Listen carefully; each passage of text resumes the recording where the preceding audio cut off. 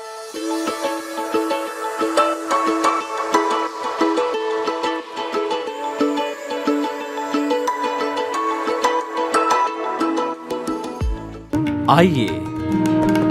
सुनिए, देखिए, समझिए सनातन सत्य।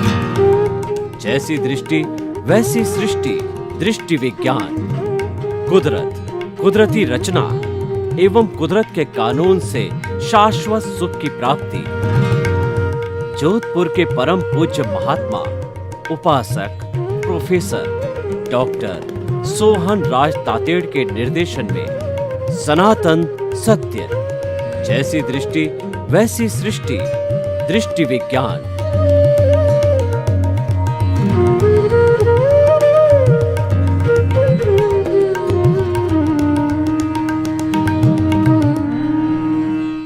भाई और बहनों, मातृशक्ति को नमन। आज का हमारा बहुत सुंदर विषय आत्मा और कर्म का संघर्ष। आत्मा चेतन है और कर्म जड़ है, यानी ये दोनों विजातीय पदार्थ है। ये स्व और पर है, फिर भी ये जो है वो जन्म जन्मांतर से आपस में मिले हुए हैं और ये संघर्ष बहुत लंबे समय से चल रहा है। इस संघर्ष को टंकोत्कीर्ण कहा जाता है। टंकोत्कीर्ण का अर्थ ये है कि एक भगोले के अंदर दूध को लिया, उस पर 10-20 बूंदें घी की डाल दी। अब इस घी और दूध को मथा जाए तो घी इसके ऊपर तैरता ही रहता है, यानी कि मिश्री अगर डाली जाए तो घुलनशील होने का कारण घुल करके दूध मीठा हो जाता है। या जो नमक जो है वह दूध के अंदर डाला जाए तो वह घुलनशील होकर के और दूध खारा हो जाता है। लेकिन वो तेल ऐसा नहीं होता है, वो तो हमेशा अलग ही रहता है। दोनों मिक्स है पर वो अलग ही है, इसीलिए इसको टंकोत्कीर्ण कहा जाता है। ठीक इसी तरह हमारे शरीर के अंदर आत्मा भी है और जड़ रूपी ये शरीर भी है। ये शरीर पिछले जन्म के कर्म के भुगतान के लिए जो है ये मिला है, लेकिन इस शरीर और आत्मा का जो आपस में गठबंधन हुआ है या आपस में मिले हैं, उसका कारण इनके बीच में फेविकोल है, जिसको हम अज्ञान कहते हैं। ये फेविकोल कैसा है कि एक तरफ जो है हमारी जो फिनिश करी हुई लकड़ी है उसको आत्मा मान लो, और दूसरी तरफ जो है वह जो सनमाइका है जिसको आप शरीर मान लो। अब हम इसके फर्नीचर बनाना चाहते हैं तो लकड़ी पर फेविकोल को लगाया जाता है और ऊपर सनमाइका लगाई जाती है और 24 आवर्स तक उसको बाहर दे करके दबाया जाता है, तो वो एक मेक होकर के और अच्छा डेकोरेटिव फर्नीचर बन जाता है। तो ठीक इसी तरीके से हमारी ये विशुद्ध आत्मा अज्ञानता के कारण इस शरीर से जुड़ी हुई है। भगवान महावीर को उनके शिष्यों ने पूछा कि भगवान आप बताओ कि शरीर और आत्मा ये जड़ और चेतन का संबंध कब से है? तो भगवान तीर्थंकर होने के बावजूद भी ये उत्तर उनको पता नहीं था। तो उन्होंने प्रति प्रश्न किया अपने शिष्यों को कि आप बताओ कि पहले मुर्गी हुई या अंडा हुआ?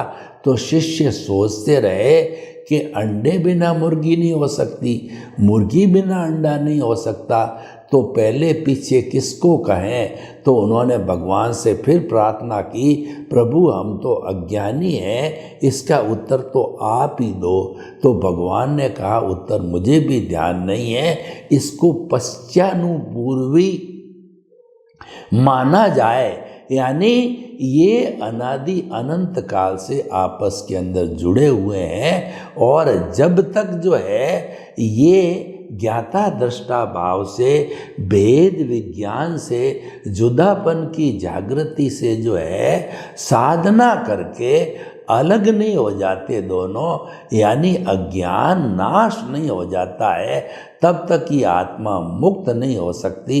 इसीलिए कहा गया है कि अज्ञान का नाश ही सच्चा नाश है, अज्ञान का त्याग ही सच्चा त्याग है। हम लोग त्याग करते हैं, आज उपवास है, बेले की तपस्या, तेले की, चोले की, पंचोले की और 6 मास की, मास खमण की, और भी जो है हम धन छोड़ते हैं, कंचन कामिनी को छोड़ते हैं, संसार को छोड़ते हैं और साधु बनते हैं, तो ये त्याग है। लेकिन वास्तव में सबसे बड़ा त्याग है अज्ञान को त्यागना, क्योंकि अगर हमारा लक्ष्य मुक्ति का है, शाश्वत सुख का है, हम सर्व दुखों से छुटकारा पाना चाहते हैं, हम जो है वो हमारी मूल आत्मा को पाना चाहते हैं, तो हमें जो है वह अज्ञान का नाश करना पड़ेगा। हर हालत में अज्ञान का नाश करना पड़ेगा। अब ये अज्ञान को अलग अलग धर्म दर्शनों ने अलग अलग रूप में कहा है। कोई इसको कर्म शरीर कहता है, कोई इसको लिंग शरीर कहता है, और कोई इसको कार्मण शरीर कहता है, कोई इसको पुण्य पाप कहता है, कोई अदृष्ट कहता है, कोई ईश्वर कहता है। तो इस तरीके से अलग अलग नाम दिए, लेकिन जितने भी पूरे विश्व के अंदर 360-65 कुल धर्म हैं, उन कुल धर्म के अनुसार जो है देखा जाए तो अज्ञान शब्द के अंदर प्राय सभी लोग एग्री है, और कई इसको अविद्या भी कहते हैं। तो ये जो है अनादि अनंत काल से इन दोनों का संबंध जो है जुड़ा हुआ है। लेकिन जो मनुष्य जीवन है वो शाश्वत सुख की नींव लगा सकता है और कोई प्राणी नहीं लगा सकता, यानी कि सम्यक दर्शन मनुष्य को ही होता है, और प्राय कोई इक्के दुक्के तिर्यंश को भी हो सकता है, लेकिन मुख्य रूप से मनुष्य को ही होता है। सम्यक दर्शन होने का अर्थ हुआ कि जो है वो जो अपने शाश्वत सुख की नींव लग जाना। हमारा ये सनातन सत्य कार्यक्रम है, जिसको हम यूनिवर्सल ट्रुथ कहते हैं, सार्वभौम सत्य कहते हैं, ultimate reality of this universe बताते हैं, क्योंकि हमने जो आधार लिया है वो कुदरती रचना और कुदरत का कानून पर आधारित है, और हम आपकी रॉन्ग बिलीफ को समाप्त करके आपको राइट बिलीफ में लाते हैं। क्योंकि कहा गया है कि अगर आप दिशा बदल दोगे तो दशा बदल जाएगी, आप नज़र बदल दोगे तो नज़रिया बदल जाएगा, और आप जो है वो दृष्टि बदल दोगे तो सृष्टि बदल जाएगी। तो ये हमारा दृष्टि विज्ञान है, यानी हम सृष्टि को बदलने की बात नहीं कहते हैं। सृष्टि को बदलने का अर्थ क्या है? किसी का धर्म परिवर्तन कराना और किसी का पूजा पाठ का तरीका जो है वो बदलाना, और जो है वो लोगों को अलग अलग विधि बताना, और लोगों को जो हमारा कुल धर्म है उस फॉर्मेट में लाना, और ये कहना कि मुक्ति है जो हमारे पास ही, दूसरे के पास नहीं। ये हमारा काम नहीं है। हमारा काम तो दृष्टि को बदलना, यानी जो आपका मिथ्या ज्ञान, मिथ्या दर्शन है, वो सम्यक ज्ञान, सम्यक दर्शन में बदल जावे। जो हम अज्ञान की बात बार बार करते हैं वो क्या है? मिथ्या ज्ञान, मिथ्या दर्शन और मोहनीय कर्म। मोहनीय कर्म की एक अवस्था होती है अनंतानुबंधी कषाय, उसी के कारण ही सारा कर्मों का बंधन होता है। मोहनीय कर्म की 4 स्थितियाँ होती है।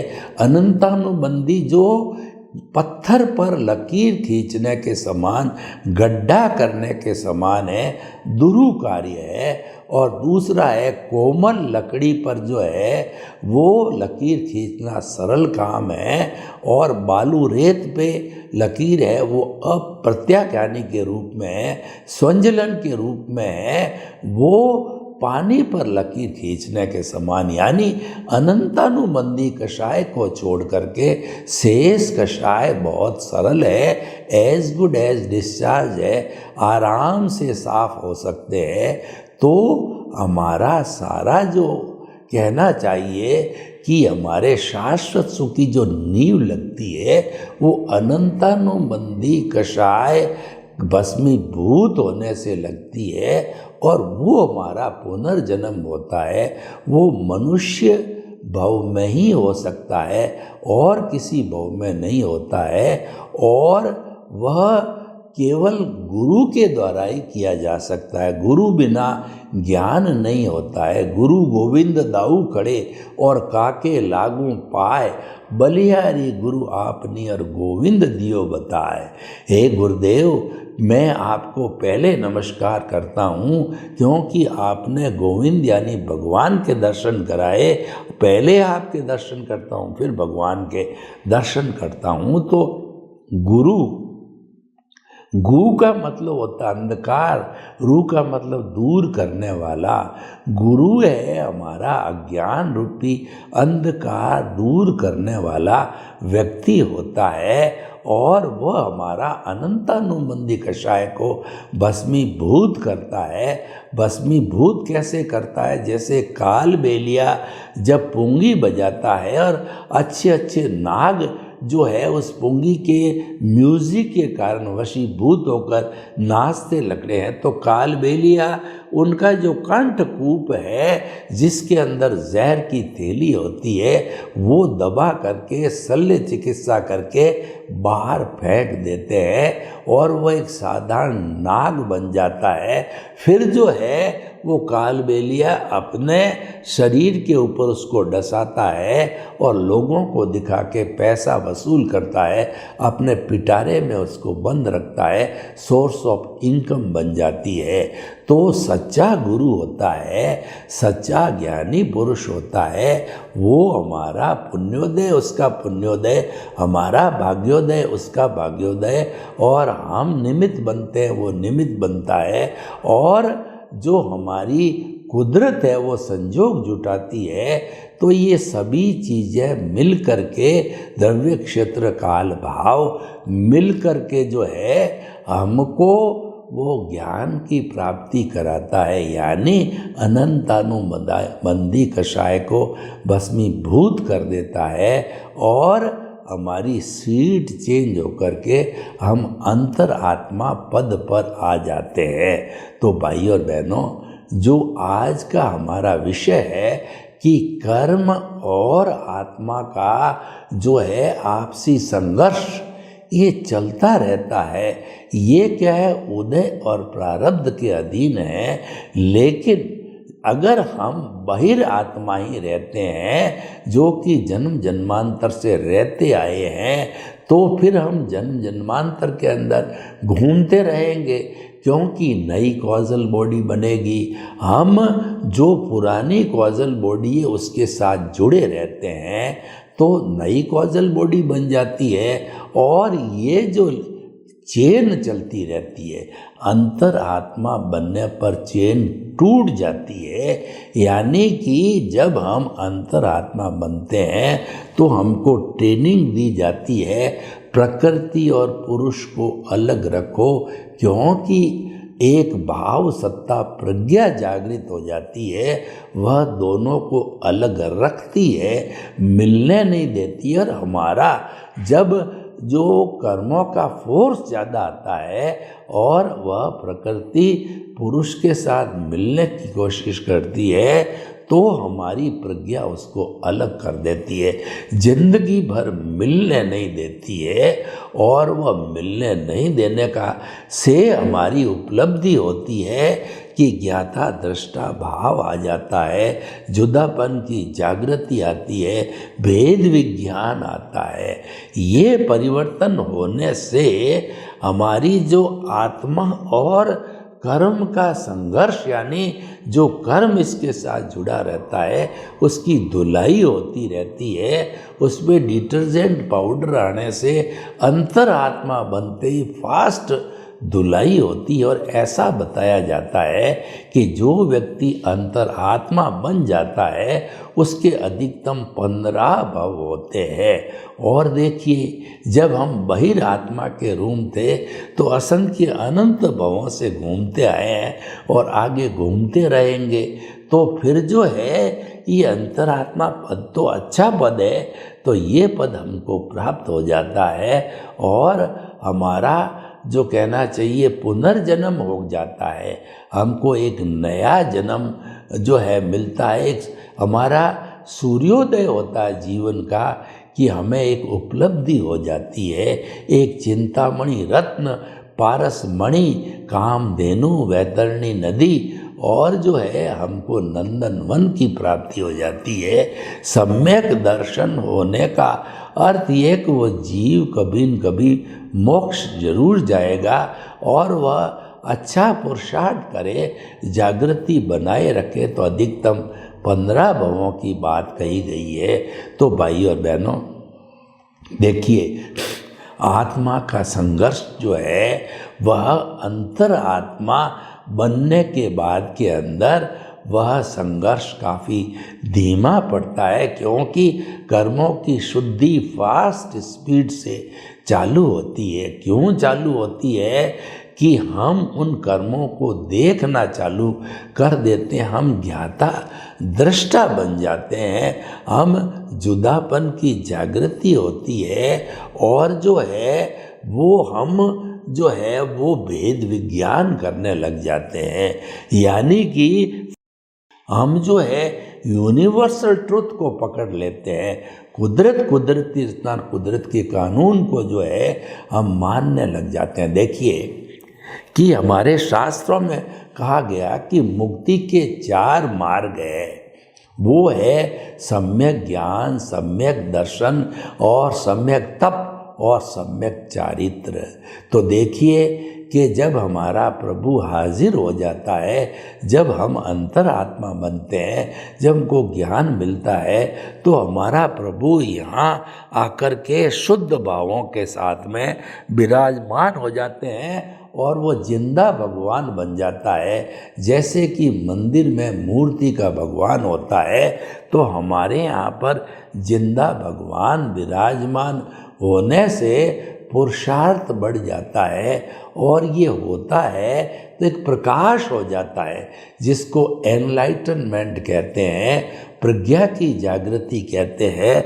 तो उस प्रकाश के कारण जो है हमारा जितना जितना अज्ञान है वह दूर होता रहता है, क्योंकि प्रकाश को जो है वह ज्ञान की उपमा दी गई है, अंधकार को अज्ञान की उपमा दी गई है। सबसे बड़ा अज्ञान क्या है कि मैं और मेरा सबसे बड़ा अज्ञान है। यह शरीर मेरा है, इस शरीर का संचालक मैं हूँ, ये घर मेरा है, ये धन दौलत मेरी है, बाल बच्चों को मैं पढ़ाता हूँ और अपने आप को कर्ता भाव में डाल देते हैं। ये सबसे बड़ा ज्ञान है, जबकि वास्तव में कर्ता तो व्यवस्थित शक्ति है, साइंटिफिक सर्कमस्टेंशियल एविडेंसेज है, वही करता है। उसने किसी को कर्ता नहीं बनाया है, न कर्ता बनने की पावर ऑफ अटॉर्नी ने दी है। ये हमारा मिथ्या ज्ञान, मिथ्या दर्शन है, उसके कारण हम कर्ता बने हैं। लेकिन अंतरात्मा पद पर आते ही हमारा मिथ्या ज्ञान, मिथ्या दर्शन यानी जो हमारा मोहनीय आकर्षण, नो ऑनरशिप नो डूअरशिप, सबसे पहले समाप्त हो जाती है। अनंतानुबंधी कषाय का समाप्त होने का अर्थ ये हो गया कि आप निमित्त बन गए। निमित्त बनने के बाद में जन्म जन्मांतर के लिए जो है हम हमेशा निमित्त बने रहेंगे। कभी भी जीवन पर्यंत जब तक कि मुक्ति को नहीं जाएंगे तब तक हम जो है वो कर्ता नहीं बन सकते। ऐसा परिवर्तन हो जाता है। यही सबसे बड़ा परिवर्तन है। तो भाई और बहनों, जो आत्मा का और हमारे कर्मों का जो संबंध है, यानी अज्ञान और आत्मा का जो संबंध है, वो एग्रीमेंट है जन्म जन्मांतर का, वो टूटने लगता है। और टूट करके और कुछ ही भवों के अंदर जब हम इसी स्थिति से चलते हैं और निमित्त निर्दोष अकर्ता और शुद्ध आत्मा ये डिटर्जेंट पाउडर है, जो कि हमारी जो कहना चाहिए कि केंद्र में तो आत्मा है और हमारी जो कहना चाहिए कि हमारी जो परिधि है, जिसके अंदर धन है, दौलत है, पद है, प्रतिष्ठा है, रिश्ते हैं, नाते हैं, उनको जो है ये निमित्त निर्दोष अकर्ता और शुद्ध आत्मा ऐसा डिटर्जेंट पाउडर है कि ये आत्मा की शक्ति जो केंद्र में विराजमान है और सम्यक ज्ञान, सम्यक दर्शन उनका हाजिर है, तो वह डिटर्जेंट पाउडर इनकी सफाई करता रहता है। देखिए, निमित्त का अर्थ ये हो गया कि मैं किसी चीज़ का कर्ता नहीं हूँ, मैं तो मात्र निमित्त हूँ। निमित्त होने से इस दुनिया का हर प्राणी निर्दोष भी हो जाता है और निमित्त भावों वाला व्यक्ति ये मानता है कि समस्त दुनिया है वो वीतराग है और हर प्राणी जो है निर्दोष है, क्योंकि वह अपनी स्वतंत्र सत्ता नहीं रखता है। वह तो कुदरत के अधीन ही जो है वह आके खड़ा होता है या चला जाता है, तो कुदरत ही खड़ा करती उसको, यानी कि कुदरत का ही उस पर संचालन है। तो इसलिए कुदरत का संचालन होने के कारण वह व्यक्तिगत जो है उसकी कोई स्वतंत्रता नहीं रहती है, तो उसको निर्दोष कहते हैं। निमित्त निर्दोष और अकर्ता तो शुरू में बन गया जब नो ऑनरशिप नो डूअरशिप, जब हमारा अनंतानुबंधी कषाय खत्म हुआ था, तब नो ऑनरशिप नो डूअरशिप अकर्ता पद आ गया था। जब हम निमित्त निर्दोष और अकर्ता हो जाते हैं तो हम समस्त प्राणियों के भीतर विराजमान शुद्ध आत्मा भगवान को निर्दोष दृष्टि से दर्शन कर उनको नमन करते हैं। यानी कि भीतर जो है, जो सब में वही प्रभु है जो हमारे भीतर है, राम कृष्ण महावीर सब में मूल रूप से द्रव्य रूप से वो एक सा ही है। ये जो फर्क दिखाई देता है, अपने अपने कर्मों के अधीन अलग अलग भाव डाले थे, अलग अलग कर्म है, जब वो अलग अलग तरह के मनुष्य दिखाई देते हैं। मूल स्वरूप का आत्मा सबका मुक्ति में जाने वाला है और वो चला भी जाता है। जब प्राणी का ज्ञान संपूर्ण रूप से समाप्त हो जाता है, संपूर्ण निर्जरा हो जाती है, तब वह कर्म का और आत्मा का संबंध विच्छेद हो जाता है। संबंध विच्छेद होने पर जो हमारे कर्म है, जो कि जड़ है और वो इस पर्यावरण से आए थे, उसके अंदर चले जाते हैं, चतुस्पर्शी रूप के अंदर, और वहाँ चले जाते हैं। सिर्फ पीछे जो है ये पंचभूत का पुतला रहता है, वह भी समाप्त हो जाता है। पृथ्वी में, जल में, अग्नि में, वायु में और आकाश के अंदर विलीन हो जाता है। तो पंचभूतों की ताकत जो है वह जो है भूत भविष्य वर्तमान में सदा एक सी रहती है और वह जो है परिवर्तन नहीं आता है। हमारे आइंस्टीन ने सूत्र दिया E=mc²। m मास है, c² कांस्टेंट है, यानी इस दुनिया की जितनी भी एनर्जी है वो भूत भविष्य वर्तमान में एक अंश भी न घटती है न बढ़ती है। मात्र ठोस द्रव में बदलता है, द्रव गैस में बदलता है और गैस से वाइब्रेशन बनती है। मैं आपसे जो अभी प्रवचन कर रहा हूँ, इसकी वाइब्रेशन इस कैमरे के और ऑडियो के माध्यम से जो है, ये यूट्यूब के माध्यम से, ये जो कहना चाहिए ये टीवी के माध्यम से, रेडियो के माध्यम से, मोबाइल के माध्यम से, ईयरफोन के माध्यम से, ये संपूर्ण ब्रह्मांड में, संपूर्ण विश्व के अंदर वो खींची जा सकती है। तो भाइयों और बहनों, ये सारा जो है वो हम ये बताना चाहते हैं आपको कि ये कर्मों का और आत्मा का जो है संपर्क धीरे धीरे टूट करके और आत्मा सिद्ध बुद्ध और मुक्त बन जाती है। अभी हमारे भरत क्षेत्र जिसमें हम रह रहे हैं वहाँ पर जो है ये अभी मोक्ष खुला नहीं है। मोक्ष महाविद्य क्षेत्र के जहाँ सिमंदर स्वामी भगवान जो कि हमारे तीर्थंकर है और उनकी कृपा हमारे भरत क्षेत्र पर चल रही है, उनकी कृपा से ही हम जो है वो महाविद्य क्षेत्र को जा सकते हैं, उनके दर्शन कर सकते हैं। और किसी का अगर बहुत आत्मा की पवित्रता है, उसको मुक्ति जाना है, तो वहीं सिमंदर स्वामी के चरणों में महाविद्य क्षेत्र के अंदर जो है वो जाकर के और अपने जो है कर्मों की शुद्धि करके वो सिद्ध बुद्ध और मुक्त वहाँ बन सकता है। तो भाई और बहनों, जैसा कि आज का हमारा विषय है कि दोनों का संबंध है और वो मनुष्य जन्म में ही टूटता है। सर्वे भवन्तु सुखिनः, सर्वे सन्तु निरामया। लोग के जीवों को सुख मिले, शांति मिले, आनंद मिले, प्रेम मिले, सौहार्द मिले और सब हम शाश्वत सुख को प्राप्त करें। आपके प्रति मंगल भाव।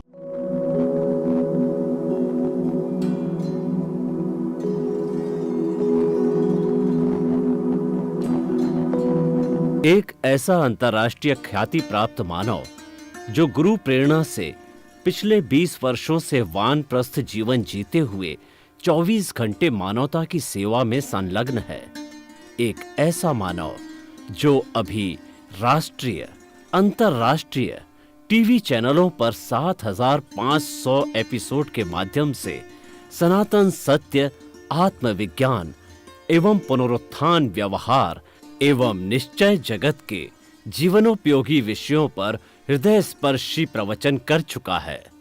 उस मानव का नाम है महात्मा उपासक प्रोफेसर डॉक्टर सोहन राज तातेड़।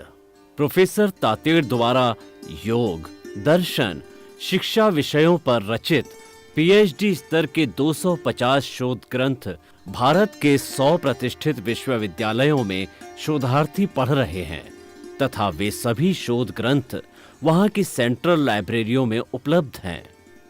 महात्मा सोहन राज ने अभी तक हजारों स्कूलों, कॉलेजों, विश्वविद्यालयों एवं संस्थाओं में सेमिनार, वर्कशॉप, कैंप लगाकर लाखों विद्यार्थियों को योग, दर्शन, शिक्षा का प्रशिक्षण देकर उन्हें सुसंस्कारित किया। डॉक्टर तातेड़ ने भारतीय संस्कृति उत्थान के 4000 से अधिक समसामयिक विषयों पर आर्टिकल लिखकर ऑनलाइन जर्नल, पत्रिकाओं, वेबसाइट्स पर प्रकाशित किया, जिसका उपयोग लाखों पाठक कर रहे हैं। उपासक तातेड़ के 5000 से अधिक आज का सुविचार, आज का शुभ संदेश, आज का मंगल भावना योग आदि चिंतन websites, Twitter, blogger, Facebook, YouTube माध्यमों से लाखों लोग अपना जीवन निर्माण कर रहे हैं। मानवता के मसीहा ऐसे महामानव महात्मा सोहन राज तातेड़ के प्रोफाइल को अभी तक विश्व के 20 लाख दर्शक यूट्यूब पर, 12 लाख गूगल पर एवं लाखों दर्शक फेसबुक, ब्लॉगर, ट्विटर और इंस्टाग्राम पर देख चुके हैं।